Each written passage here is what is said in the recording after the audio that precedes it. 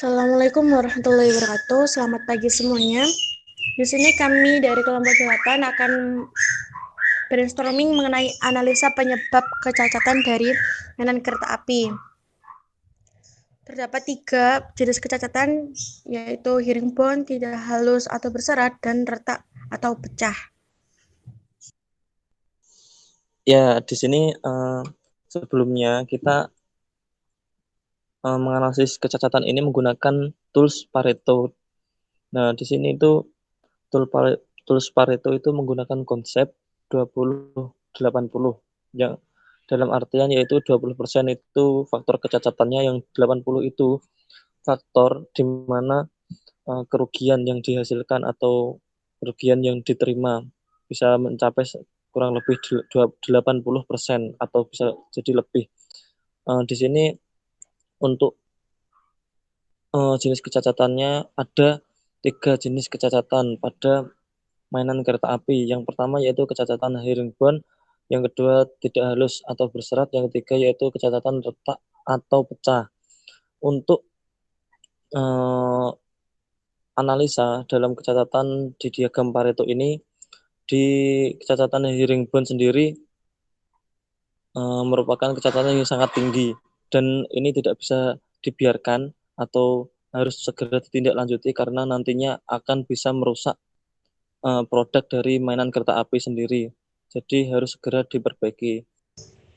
Nah, untuk selanjutnya kita akan membahas mengenai apa aja penyebab kecacatan dari part mainan kereta api secara umum. Jadi mungkin teman-teman untuk yang pertama kita akan membahas herringbone dari segi main-nya, operatornya. Jadi apakah ada pendapat atau ide mengenai ini, dan jangan lupa untuk alasannya apa. Persilahkan. Ya, karena ini kecacatan herringbone atau perbedaan warna pada partnya, bisa jadi penyebabnya karena operator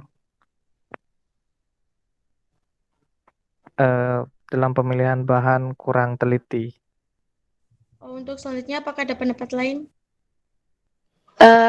Mungkin dari operator kurang teliti tersebut juga bisa karena tergesa-gesa sehingga operator tidak melihat jika ada kecacatan herringbone.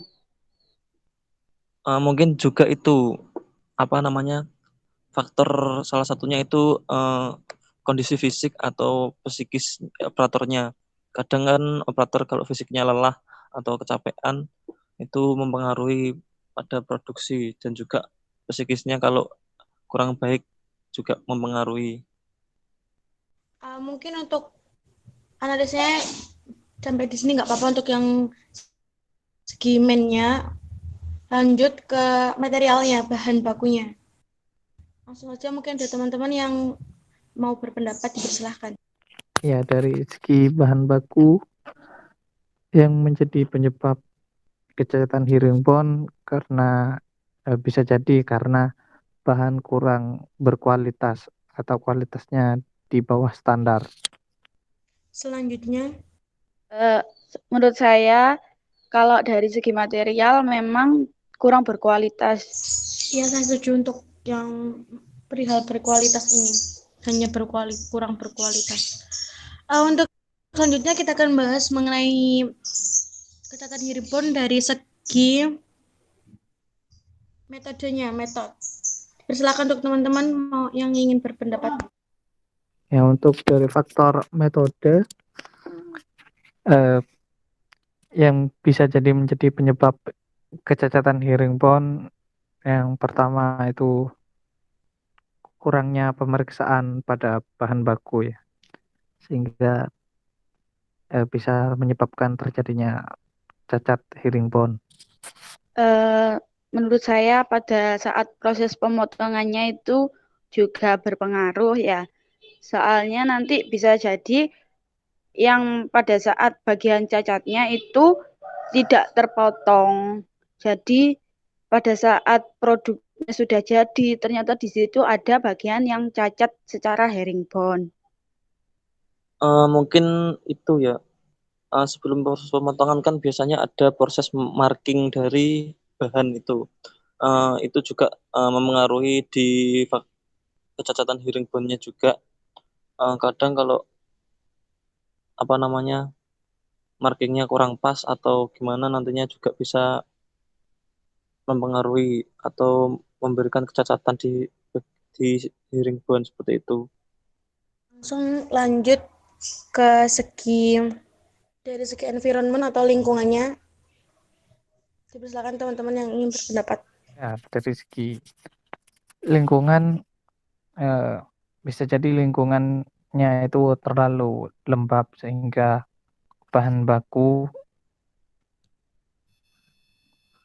ditumbuhi jamur sehingga mempengaruhi warna yang berbeda.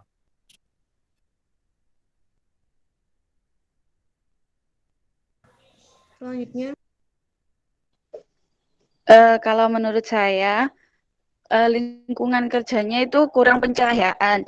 Jadi operatornya itu tidak bisa melihat dengan jelas apakah di situ ada kecacatan herringbone.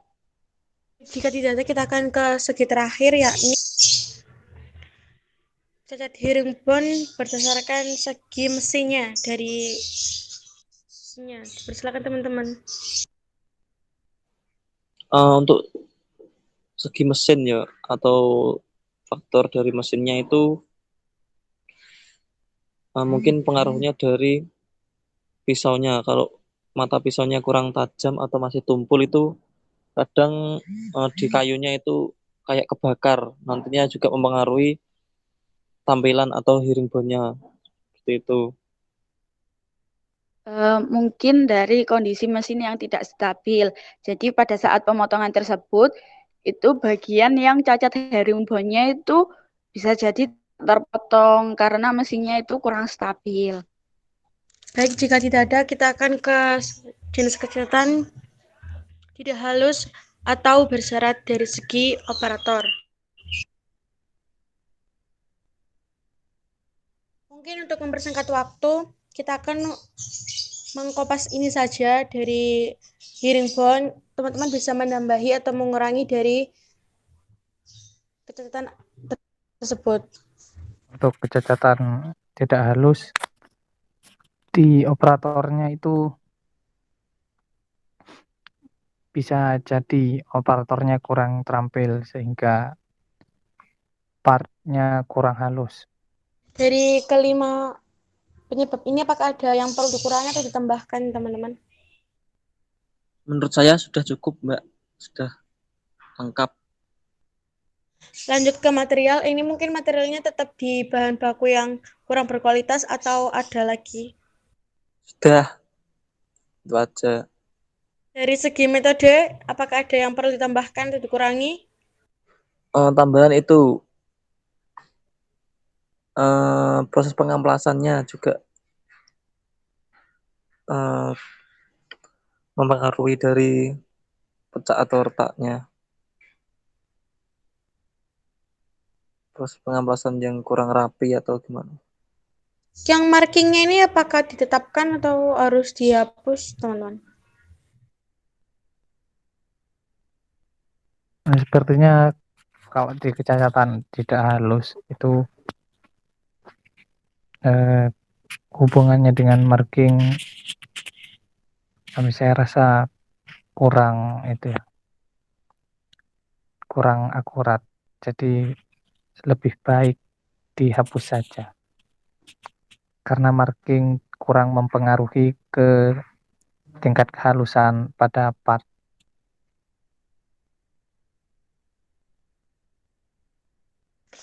Oke, baik. Terima kasih. Untuk yang environment, apakah ada yang perlu ditambahkan atau dikurangi?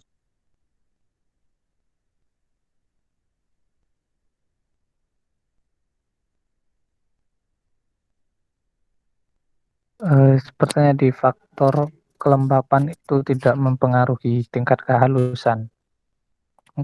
Bisa diganti atau dihapus saja, Pak Sada.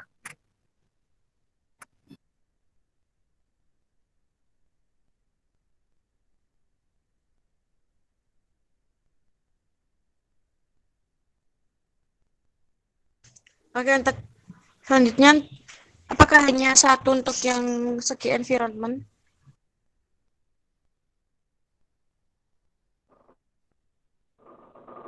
Mungkin juga bisa dari lingkungan kerja yang berdebu. Jadi pada saat pengecekan ketidakhalusan atau berseratnya kayu, itu operator atau pengawas itu tidak bisa merasakan tingkat kehalusan yang benar-benar halus. Oke, mungkin sudah cukup untuk environment, lanjut ke mesin. Apakah ada pendapat lain selain dua jenis kejahatan tersebut?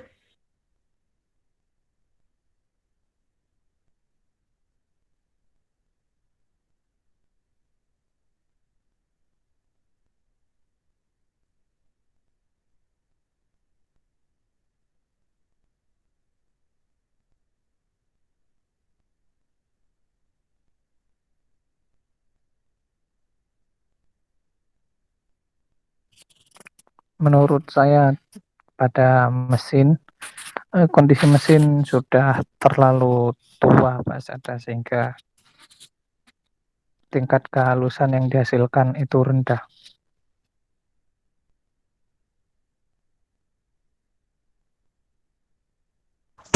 Oke, cukup kita akan membahas mengenai jenis kejahatan yang lain, yakni yang terakhir,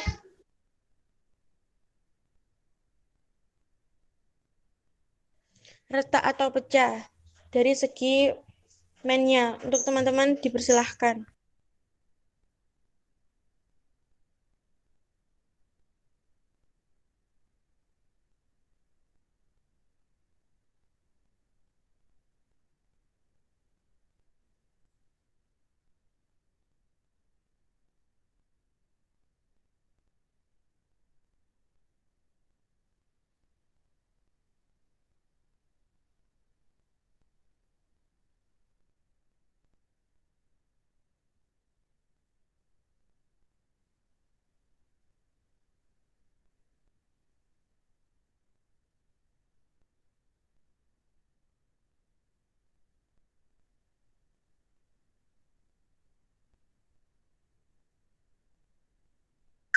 Persilahkan teman-teman untuk segi mainnya.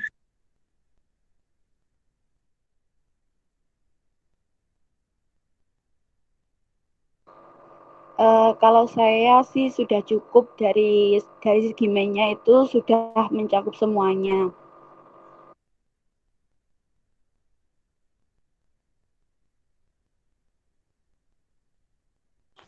Untuk material, apakah ada tambahan?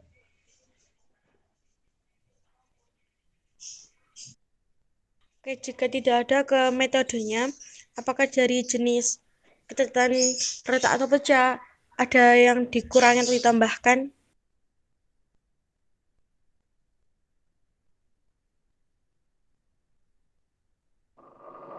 Mungkin dari proses pengamplasan yang kurang rapi itu kurang berpengaruh ya kalau menurut saya.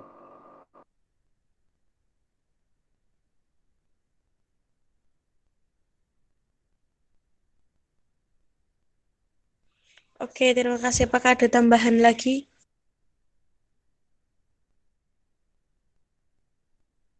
Jika tidak ada, kita lanjut ke environment dan lingkungannya. Apakah ada tambahan atau ada yang perlu dikurangi?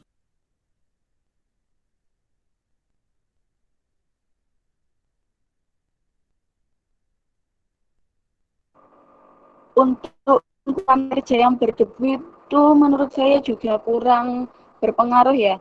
Cuma yang berpengaruh itu menurut saya itu lingkungan kerjanya panas. Jadi kayunya itu bisa saja retak karena panas itu tadi.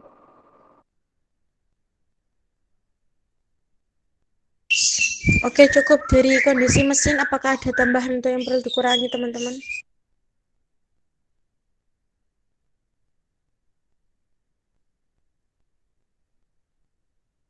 Iya, untuk kondisi mesin, saran dari saya untuk ditambahkan kurangnya perawatan pada mesin sehingga saat dioperasikan itu kurang maksimal. Terus proses setup pada mesin yang tidak sesuai SOP bisa menyebabkan kecacatan pecah.